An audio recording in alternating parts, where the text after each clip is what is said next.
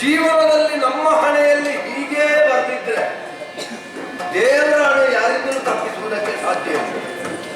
ಇಲ್ಲದಿದ್ರೆ ಇದೆಲ್ಲ ಕರ್ಮ ಹೊರಲಿಕ್ಕಿರುವವರು ನಾವ. ನಮಗೆ ಅನಿವಾರ್ಯತೆ ಉಂಟಾ ಅಂತ ಕೇಳ್ತೇನೆ. ಖಂಡಿತವಾಗಿಯೂ ಇಲ್ಲ. ಹಾಗಾದ್ರೆ ಹೊರಲೇಬೇಕಾದ್ದು ಯಾಕೆ? ನಾವಲ್ಲದೆ ಬೇರೆ ಯಾರು ಇಲ್ಲ.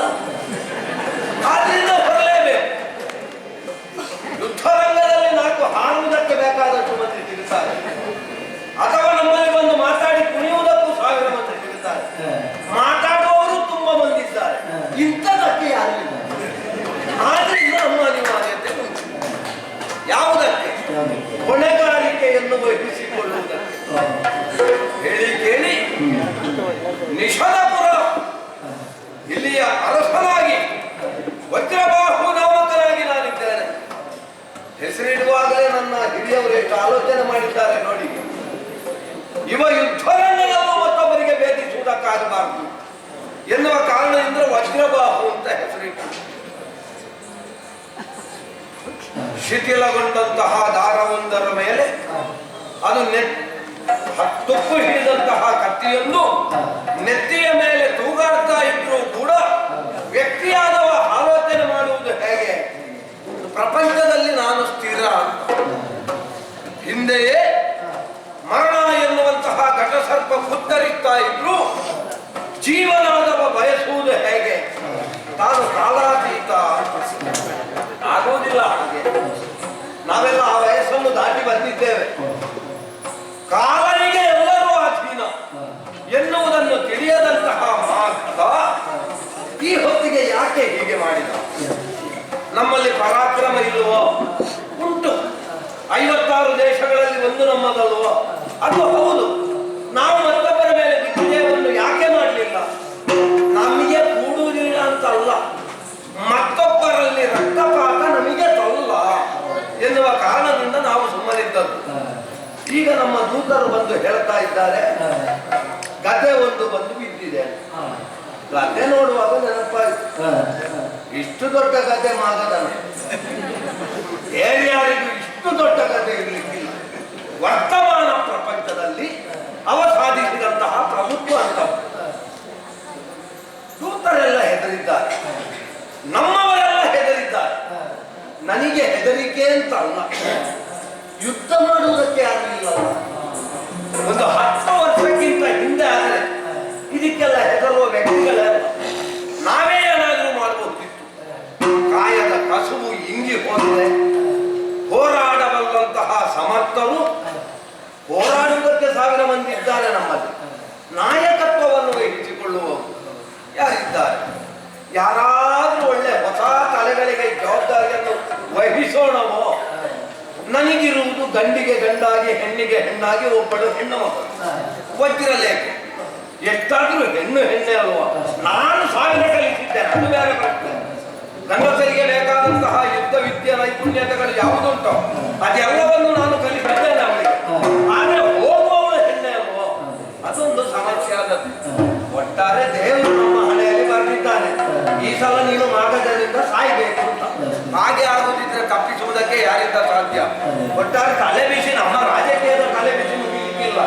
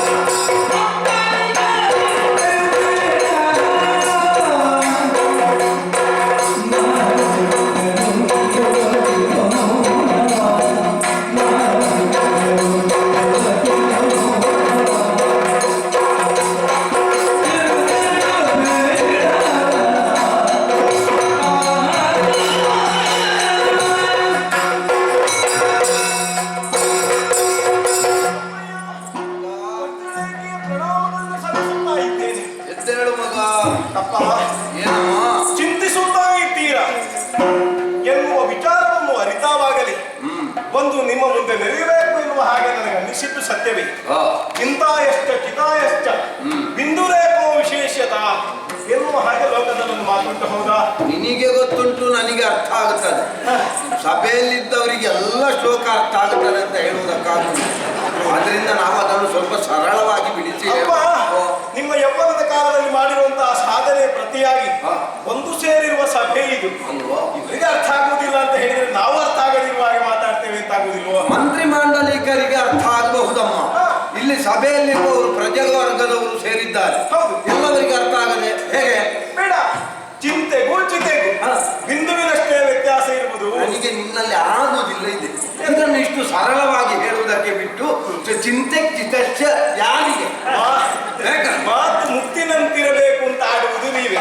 ಮಾತಿನಲ್ಲಿ ಇಂತಹ ಒಂದೊಂದು ವಿಷಯಗಳು ಬರದೇ ಇದ್ರೆ ನಮ್ಮನ್ನು ಮಾತುಗಾರರು ಅಂತ ಸ್ವೀಕರಿಸ್ತಾರ? ಹಾಗಲ್ಲ, ಮತ್ತೆ ನಾವು ಮಾತಾಡಬೇಕು ಪಾತ್ರೋಚಿತವಾಗಿ. ಆ ರಂಗಕ್ಕೆ, ಆ ಹೊತ್ತಿಗೆ, ಆ ಶಬ್ದ ಪ್ರಯೋಗ ಅನಿವಾರ್ಯವೋ ಎನ್ನುವಂತಹ ಒಂದು ಪರಿಜ್ಞಾನವನ್ನು ನಾವು ಮಾಡಿಕೊಳ್ಬೇಕಾಗ್ತದೆ. ನನ್ನ ಮಗಳಾದ ಕಾರಣ ನೀ ಏನು ಮಾತಾಡಿದ್ರೆ ಸರಿಯೇ. ನಿಮ್ಮಂತವರಿಗೆ ನಾನು ಮಗಳಾಗಿ ಇಷ್ಟು ಮಾತಾಡದಿದ್ರಿ ಹೇಗೆ? ನಾಳೆ ನನ್ನನ್ನು ಹೇಗೆ ಅವ ಆದ್ರೂ ತೊಂದರೆ ಇಲ್ಲ, ಮಗಳು ಸಾಕಾಗ್ಲಿಕ್ಕಿಲ್ಲ. ಹೌದಾ? ಈಗ ನೀವು ಕಲಿಸಿದ್ರೆ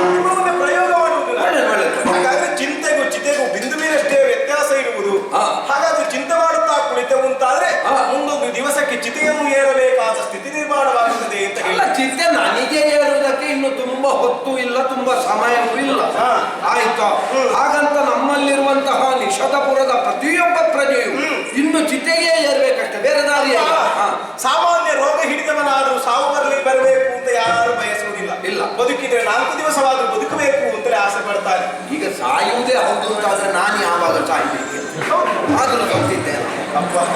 ಹಾಗಲ್ಲ, ನಿಮ್ಮನ್ನು ಕೊಂಡು ಹೋಗುವಂತ ಯಮನಿಗೆ ಆ ದಿನ ಮರೆತೋಗಿದೆ. ಹೌದು, ಇನ್ನು ಅವನು ನೋಡ್ಬೇಕು. ನಿಮಗೆ ನೋಡುವ ಪುಣ್ಯ ಉಂಟು ನನ್ನ.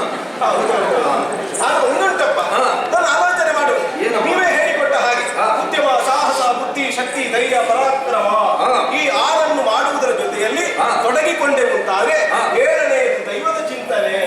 ಹಾಗಾದ್ರೆ 6ರಲ್ಲಿ ನಾವು ತೊಡಗಿಸದೆ ದೈವವನ್ನು ಪ್ರಾರ್ಥಿಸಿಕೊಂಡು ಕಣ್ಣೀರು ಹಾಕಿಸ್ತಾ ಕುಳಿತೆ ಉಂಟಾದ್ರೆ ಏನಾದ್ರೂ ಪ್ರಯೋಜನ ಸಿಕ್ಕೀತೋ? ದೊಡ್ಡ ಮಳೆ ಬರುವಾಗ ಒಬ್ಬ ನದಿಯನ್ನು ಈಜಬೇಕಾದವ ಹಲವಾರು ದೋಣಿಗಳು ಬಂದು ಅವನಲ್ಲಿ ಹೇಳಿದ್ರು, ಬಾ ನಾವು ನದಿ ದಾಟಿದ್ದೇವೆ ಅಂತ ಹೇಳಿದ್ರು. ಇಲ್ಲ, ನನ್ನನ್ನು ದೇವರು ಕಾಪಾಡ್ತಾನೆ ಅಂತ ಅವ ಕೂತ್ಕೊಂಡಂತಾದ್ರೆ ಅವನನ್ನು ಹೆಟ್ಟ ಅಂತ ಹೇಳುವುದಿಲ್ಲ. ಹಾಗಾದ್ರೆ ಪ್ರಯತ್ನದಿಂದ ಫಲಸಿದ್ಧಿ ಅಂತ ಉಂಟು. ಪ್ರಯತ್ನಶೀಲರಾಗಬೇಕು. ಹೌದು. ಅಪ್ಪಯ್ಯ ಚಿಂತೆಯು ಬೇಡ. ಯಾರಿಗೆ? ನಿಪ್ಪೆನು ದುರಕ್ಕಿದು ನೋಡ. ಹಾಗಾದ್ರೆ ಶಸ್ತ್ರವನ್ನು ಕಲಿಸಿಕೊಟ್ಟ ಬುದ್ಧಿ ಹಾಗಾಗಿ ಕೇವಲ ಮನೆಯ ಮೂಲೆಯಲ್ಲಿ ಕುಳಿತು ಓದುವುದಕ್ಕಾಗಿ ಅಲ್ಲ ತಾನೆ. ಕೇವಲ ಮನೆಯ ಮೂಲೆಯಲ್ಲಿ ಕುಳಿತುಕೊಂಡು ನನ್ನಲ್ಲಿ ಆಯುಧ ಉಂಟು, ನಾ ಕತ್ತಿ ತಿರುಗಿಸ್ತೇನೆ ಅಂತ ಹೇಳುವುದಕ್ಕೆ ಮಾತ್ರ ಅಲ್ಲ ತಾನೆ. ಬಂದ ಯಾರೇ ವಿಕ್ರಮಿಗಳಾದರೂ ಅವರನ್ನು ಪ್ರತಿಭಟಿಸಿ ಊರಿನ ಮಾನವನ್ನು ಉಳಿಸಬೇಕಾದದು ಕ್ಷತ್ರಿಯರಾಗಿ ನಮಗೆ ಕರ್ತವ್ಯ ತಾನೆ. ತಪ್ಪಣೆ ಕೊಡಿಯಪ್ಪ, ಬಂದವರ ಮೇಲೆ ಅಪ್ಪರಿಸ್ತೇವೆ.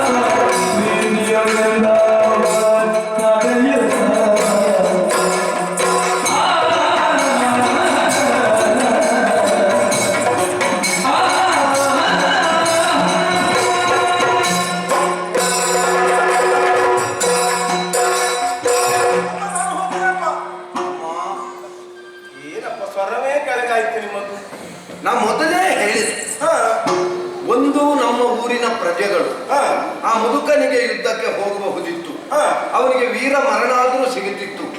ಅದಲ್ಲ ಅಪ್ಪ, ಇಂದು ನಾಳೆಯೋ ಮತ್ತೊಂದು ಮನೆಗೆ ಬೆಳಕಾಗಬೇಕಾದಂತಹ ಆ ಜ್ಯೋತಿಯನ್ನು ನಂದಿಸಿ ಬಿಟ್ಟನಲ್ಲ ಎನ್ನುವ ಹಾಗೆ. ಅಪ್ಪ, ಸಾಯುವಾಗ ಆನೆ ಕಾಲಡಿಗೆ ಬಿದ್ದು ಸಾಯಬೇಕು ಅಂತ ಯೋಗ ಇದ್ದವರಿಗೆ ಏನು ಮಾಡ್ಲಿಕ್ಕೆ ಆಗುವುದಿಲ್ಲ.